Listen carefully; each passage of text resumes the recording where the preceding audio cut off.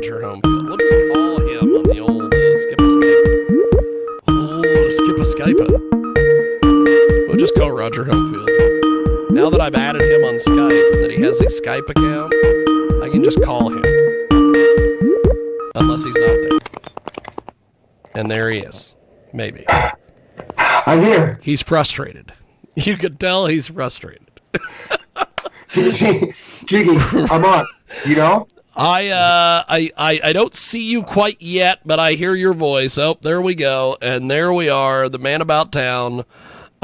He looks like God. I gotta get a shot of him up there on the old TV screen. Good old Roger Homefield. He's like he looks like Hannity's grandpa today. I don't know what this is all about. But I'll tell you, if you've seen Sean Hannity lately, Sean Hannity looks like Sean Hannity's grandpa. He looks like hell. I don't know what happened to him, but Roger Homefield with us today. He is amazing. And he joins us live here on our big broadcast. And he has a keyboard behind him because he has song parodies that you can find on the old YouTube. Go check that out when you get a chance, because Roger's doing some really cool stuff over there on the old YouTubes. Roger Homefield is getting ready to launch a radio show, by the way. That will be very entertaining. And there is all sorts of craziness going on today in the world around us. First of all, this, I was gonna talk about this guy with the gun. But realistically, until we have an assault weapons ban like we used to have with the Brady bill or whatever it was, it's just going to be random guy hopped up on pharmaceuticals with a gun. It's rinse and repeat. It's the same story all the time. Unfortunately. I want to talk about this speaker, this Mike Johnson, who apparently... this guy's kind of an interesting individual. He is the least experienced in 140 years, which, who cares? He moved to void the Biden election win. He wrote in support of criminalizing gay sex. Here's the deal. What do people expect? It's like, here's the deal. It's kind of like when they put in Joe Biden, and Joe Biden's like, nothing fundamentally will change. That's what he told all the donors. Hey, guess what? Nothing fundamentally changed. So I don't know why people would be upset about this Mike Johnson. What do you think of this guy? I think he's going to give us the balance that we need, frankly. The left has gone so far to the left, you can't even see them anymore. So the first thing out of his mouth was that, he's Christian, and I'm sure the left, their heads probably exploded. Now, I've mentioned something. I'm not a religious person. I'm spiritual. I pray to God when I'm in the batter's box. And, that's awesome. That is fantastic. I'm just thinking, I pray to God when I'm in the batter's box, maybe. It's true. I admit it. But the thing is, look, this country was founded on Judeo-Christian principles. The fact that I'm not religious doesn't mean that I'm not 1,000% behind these Christian values. The Christian values are what made America great. That's what got us to where we got to, and I don't mind seeing it swing back that way a little bit. So for the guy to say that he's a solid Christian doesn't bother me. I'm going, okay, hey, maybe they'll even talk about the Ten Commandments in school again. Maybe everybody will have the Pledge of Allegiance again. Maybe people will be taught not to hate this country again. So I'm glad. No, I think he's going to be very productive. He likes Trump, and we've got to have Trump in there as far as I'm concerned. At this point, things are so far out of hand. Everything is completely run amok. And nobody seems to know what's going on. It's not that complicated, really, but everybody acts like, how did all this happen overnight? It didn't happen overnight. We've got Roger Homefield today. He is shot out of a cannon, as usual.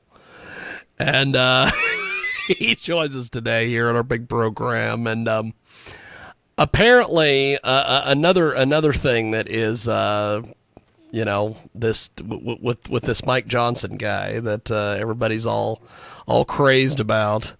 2020 election denial. He is supposedly he led a congressional effort to overturn the presidential results in 4 battleground states. He says the victory was a sham. He argued because state election officials had changed voting procedures without first seeking legislative approval to address the challenges of casting ballots during the COVID pandemic.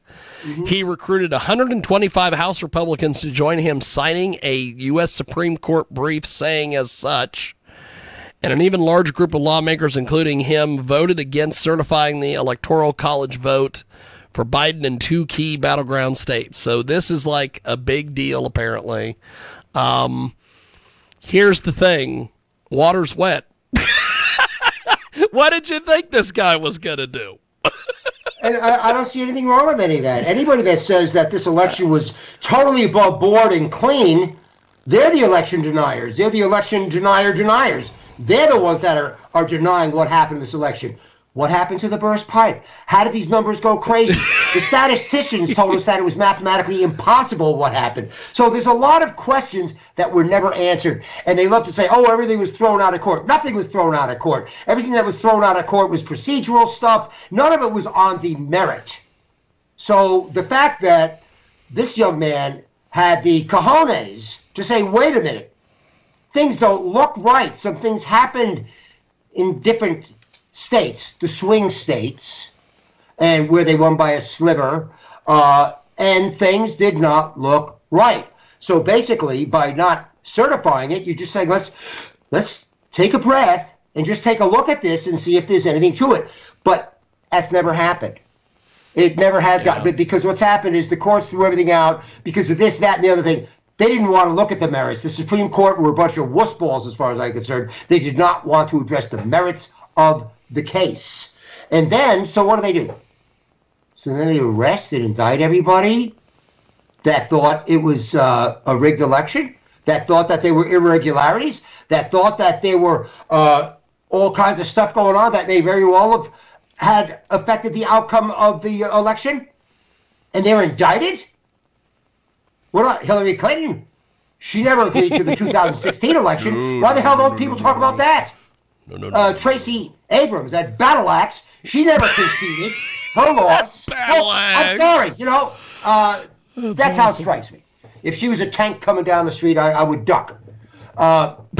So it's okay. It's this two-tiered system.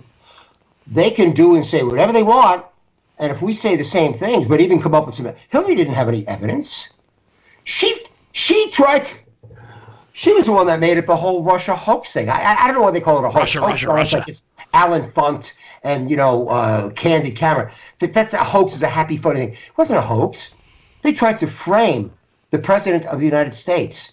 The sitting president of the United States. They spied on him when he was campaigning. And then they tried to frame the sitting president of the United States to be an asset of our enemy. No small thing there. Nothing happened no to her. Small That's thing there. But but of course, the people on Trump's side that and the attorneys, they're indicting the attorneys. This is such heavy-handed police state tactics. It's disgusting. Now, I haven't seen Dinesh D'Souza's movie yet, Police State, but I certainly intend to. But we're already there, as far as I'm concerned. We've got Roger Homefield with us today. He, of course, is just he's angry. And he is, but he's also in a good mood as well. He there's a lot of positives, as the Iron Sheik used to say, positive. So Roger, another thing that I just I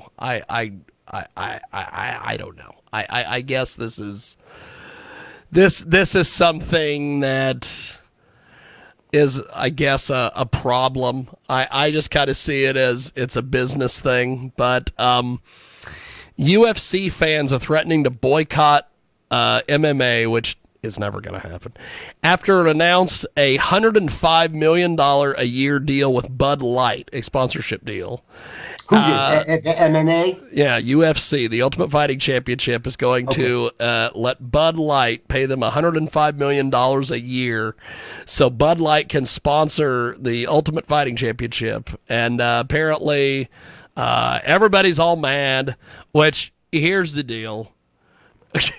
I look at it this way. One, they see where the men are. They're watching UFC. So they want to get men to drink their beer again, so let's sponsor it. And then I also look at it as the UFC goes, $105 million. I'll take that. People just love... What is the deal with everybody in this? They love boycotting things.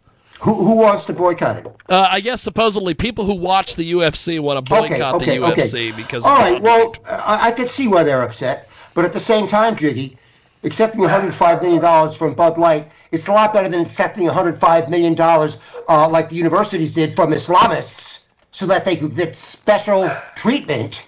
So I could see them being upset about that. People can do what they want, and if they want to, if they want to have. If they want to do business with Bud Light, they're free to do that. I'm not going to cancel them for doing that. But like I say, it may not be the most popular thing in the world, but it's a hell of a lot better than taking the money from the Muslim Brotherhood operatives. So Roger Homefield is with us today. He, of course, he is pretty much like a ferret in a Jello fight. He is ready to go today. So Roger, what is the final thing that you want to talk about today? The final thing I want to talk about is that there's confusion about what's happening with Israel and the Palestinians and the other Muslim countries, and what's not brought up at all is jihad. And people will say, well, this isn't jihad. This is a country thing between Israel and the Palestinians. Yes, it is. However, it's being used as a spark to reignite jihad. These other Muslim countries around, in that area, they're not that outraged because it's the Palestinians. They're not even that outraged that Muslims are being killed. They're outraged because Muslims are being killed by Jews. That is the whole key there. So now they're all upset. If they were so in love with the Palestinians, why haven't any of them invited any of them in? So they're not inviting any of them in, but now they have this faux outrage. But it's not over the Palestinian rights and the Palestinian people. It's because the rub is with Jews, and that gets their gander up and potentially brings back jihad because they're angry. Or if somebody draws a picture of Mohammed, oh, let's have jihad. And jihad has never gone away after 9/11. There's physical jihad by the sword, and there's cultural jihad like Ilhan Omar and Tlaib. They are perfect examples of cultural jihad. What is jihad? Jihad is something that every Muslim that's Sharia compliant is instructed to do. But what is jihad? Jihad is the advancement of Sharia law, which is completely incompatible with our Constitution. They can't coexist. Cannot happen. And so they can either be, they have to participate in jihad at some point in their life. So they're either jihadists, with the swords and all this crazy stuff, or they're cultural jihadists, and they're Muslim professors with their Mideast studies and their propaganda, poisoning students' minds for like the last 15 years that the colleges were all too happy to let happen because they've been bought off. So that's what jihad is, anything that advances Sharia law. So Ilhan Omar and Tlaib, by carving out a bigger space, making the Muslim as the victim all the time, which is a bunch of crap. By the way, I want to say there is a problem with white supremacy. The largest white supremacy group in the history of the world is jihad. The jihadists. Really? Well, to me, they're Caucasian. They're not Orient. They're not Asian. They're not black. To me, they're white. So, yeah, we've got a very big white supremacist group. And people don't understand this. Everybody thinks the Muslims are victims. Look, I love everybody. I played with everybody in the world. I was a musician. I don't let insects die in my pool. And it's completely against the American grain of thought to ever think in terms of people as a group. And that's why it's so hard for people to make the leap that if anybody talks about this stuff and tries to just explain it, you get accused of being a bigot or an Islamophobe. What a bunch of garbage. Islamophobe is a word that was created by the Muslim Brotherhood. Muslim Brotherhood was started in 1928 in Egypt for the purpose of reigniting worldwide jihad and expanding Sharia law. And they are our self-avowed enemies. And their thing is to infiltrate, do cultural jihad, get people in law enforcement, get them in the schools, get them in the media, get them in Hollywood, get them in government like Omar. And I lost my train. Damn it, I hate when that happens. It's a problem because it's very difficult. Like I say, Americans, we're brought up to love everybody. And that's what makes America great. But they're using that very bigness of our hearts against us. Cultural jihad. I'll give you another example. Ride Playland, New York, years ago. They knew that they couldn't go on the rides with their scarves. I got a better one than this on the 60 Moms. And they went on the rides, and then they were told they couldn't, and there was a big fracas. So they ended up suing the Playland in Rye. And CAIR, CAIR doesn't, CAIR, Council of American Islamic Relations, they don't care if any of their people are guilty or not. They will just defend anybody, whether they're a terrorist or not. So what they did there, that was cultural jihad. They're trying to expand their space. They're trying to get more special treatment, is what they're getting, by trying to play the victim card. The thing that first opened my eyes years ago was the 6 flying imams. There were 6 imams that went on an airplane. I don't know if it was United, doesn't matter what it was.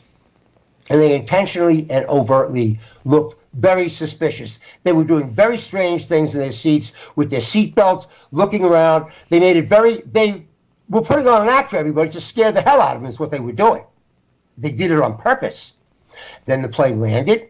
They were thrown off the plane. So what did? They got in touch with CAIR, C-A-I-R, and they sued the airlines. Do you know what these SOBs were demanding? This was not that long after 9/11 either, by the way. They said, we want the names and phone numbers of every passenger that was on that plane. Really? How about you take a giant leap and just jump in the lake with your, So in other words, we have 9/11, and look, like I say, I love everybody, but I don't want to see people coming over here, whether it's a group or what. I always said to every Muslim, if you're coming over here to join America, to be part of America, because you love the American dream, and you want to be part of us, we embrace you with open arms. But if you're coming here with the predisposition of hating Christians and hating Jews, in fact, hating any religion that's not Islam, and you're coming here to change us, that is not immigration, that is invasion. And now I see the victim is America, not them. So the 6 flying imams, they're trying to expand the amount of special treatment they get. How? Because people are afraid to tell them no. Whatever Islam wants, Islam gets. Anything they wanted. Oh, yes. Jump. How high? And this has been going on pretty much since 9/11. You have Obama taking the words jihad and terror and Islamist terrorists, taking these words out of all law enforcement manuals. Now, if you're looking for a terrorist, how the hell are you supposed to do that if you can't say that? I'm not making this up, Jimmy. This is what Obama did. So, look, this has been stinking for quite a while. It's been stinking for quite a while. And after Bush said it's just a few. It's just a few. We're walking hand in hand with the imams. And, of course, we all wanted to believe that. But as the years went by, and I saw article after article all being the same, portraying the Muslims as the poor victim and somebody like me as an Islamophobe, nasty guy. That's not what's happening at all. I just don't want to see us getting pushed around on our own soil over made-up garbage and bullshit, which is what the six flying imams did, and they do this over and over and over again to expand their space, to get more and more special treatment because more and more people are afraid to tell them no about anything. We've got Roger Homefield with us today. He is shot out of a cannon. That's just the best way to put it. So Roger, bring us up to speed on how we get your stuff online and all the various other things. Well, it's brand new. This website, it's not finished, but I was a serious musician at one point, and I played with the big bands, the jazz orchestras. I love that. In any case, I've got compositions that I turned into music videos, and there's a couple of Trump parodies on there as well at rogerhomefield.net. It's a very fledgling website, but they're up there, rogerhomefield.net. And Jiggy, I think there's going to be a Joe Citizen Show website again to keep the entities separate. It's not really something I'm thrilled to dive back into. You mentioned a show coming back. Yes. It's not a fun thing to do, ladies and gentlemen. It's not fun to be called a bigot, an Islamophobe, and a hater, and yada-yada, and all this crap, because you've got people that are ignorant that don't know what's going on. And I want to enjoy my life. I'm not interested in confrontation, and I hate talking about ugly things. I don't enjoy that. But it's a responsibility I have simply because I have the opportunity to do it. And since I have the opportunity to do it again, as I did 12 years ago, I really feel I have no choice because nobody knows what the hell is going on. And they can differentiate anything from the alleged student uprisings at the universities. These were not organic uprisings. These have been planned for years. All they had to do was push a button, and everybody was all organized. And these aren't normal students. There's a lot of foreign students. We don't need foreign nationals here protesting in favor of terrorists. We demand zero tolerance of terrorism in this country. Zero tolerance. There's no justification. They tied children together and burnt them alive. Nothing more has to be said than that. End of story. There is no debate. There are no longer two sides. If you're in favor of that, get the hell out of here. And I don't care where you're from. Well, Roger, that's where we'll leave it for this week. You are fantastic, right? As always. Well, you're fired up, baby. I wish we could talk about happier things, Jiggy. I wish we could talk about happier things. I would love to. Well, I will be out of the state next week, so we will not be doing the show next week, but I will be back the 9th. And I'll have all sorts of adventures that I might be able to talk about on the radio. If not, well, I'll just get a hold of me and we'll just talk about it on the phone. But, Roger, thanks for doing this, my friend. And I will talk to you here in a couple weeks. Thank you, my man. Jiggy, thank you for everything. Thank you very much. I will talk to you soon. Have a wonderful day, my friend. There he goes. Thank you, Jiggy. Fantastic Roger Homefield. That Roger Homefield.